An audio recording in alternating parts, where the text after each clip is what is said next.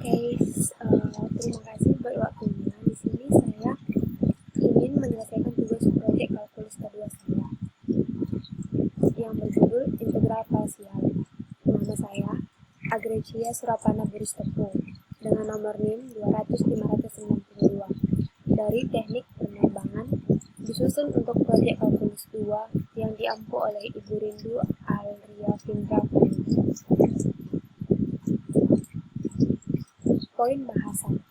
Mengapa saya mengambil materi integral parsial pada waktu tugas kalkulus 2 ini? Karena menurut saya pribadi, materi ini adalah materi yang dasar yang harus dipahami oleh mahasiswa. Integral parsial. Pada pembahasan ini, kita akan berlatih menemukan anti turunan dengan menggunakan integral parsial. Selain itu, di bagian akhir pembahasan ini, kita juga akan menggunakan metode tabulasi dalam melakukan proses integral parsial tersebut.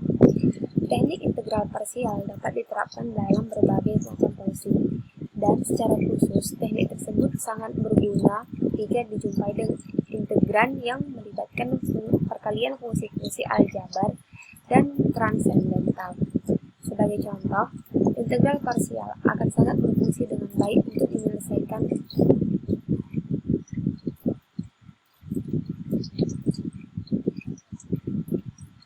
penjelasan.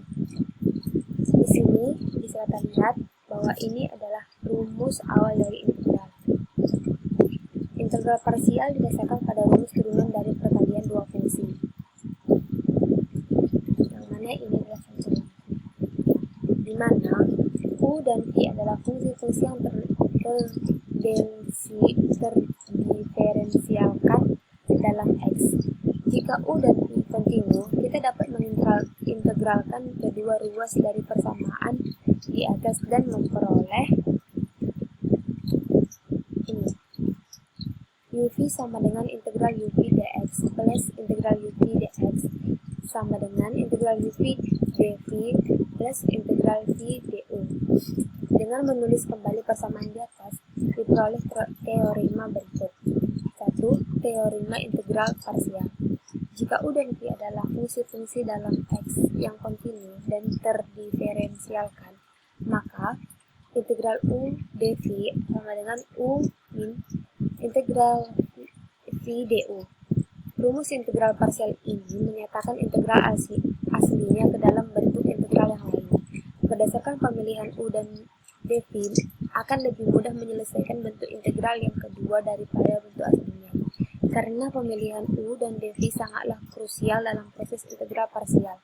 Berikut ini panduan dalam memilih U dan dv. Contoh soal. Integral xe pangkat X dikali dx. Pembahasan. Untuk menerapkan integral parsial, kita perlu menuliskan integral tersebut ke dalam integral dalam kurung U tutup kurung dalam buka kurung lagi dv tutup kurung lagi. Itu berarti dikali. Terdapat beberapa cara untuk melakukan hal tersebut, yaitu ini rumus-rumus yang bisa kita lihat untuk menyelesaikan persoalan di atas. Panduan dalam pemilihan U dan dv sebelumnya menyarankan kita untuk memilih pilihan pertama, karena turunan U sama dengan X lebih sederhana dari X, dan dv sama dengan X merupakan bagian yang paling rumit dari integran yang sesuai dengan aturan dasar integral. Maka dapat diperoleh seperti itu. dv sama dengan E pangkat X dx menjadi V sama dengan integral dv sama dengan integral E pangkat X dx sama dengan E pangkat X. U sama dengan X menjadi du sama dengan dx.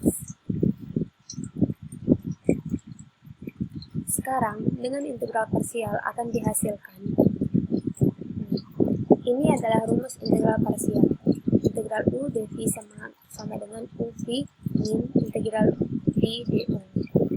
Disubstitusi sama dengan xe pangkat X min integral Ex dx. Dan diintegralkan menjadi xe pangkat X min Ex plus C. Untuk memeriksa hasil pengintegralan ini, kita dapat menurunkan hasil tersebut untuk mendapatkan hasil integral aslinya. Pada contoh 1, Di atas kita tidak perlu menuliskan konstantanya ketika menyelesaikan masalah.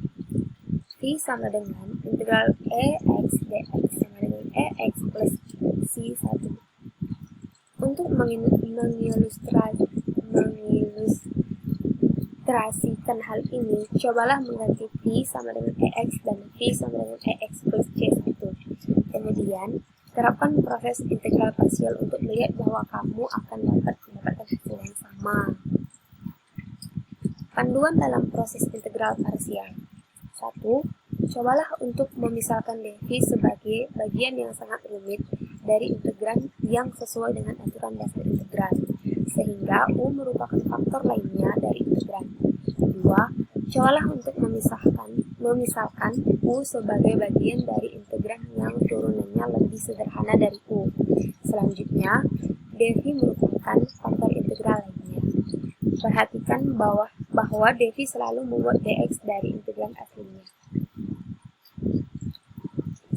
Kata-kata penutup dari saya, tiada kesuksesan tanpa usaha dan pengorbanan.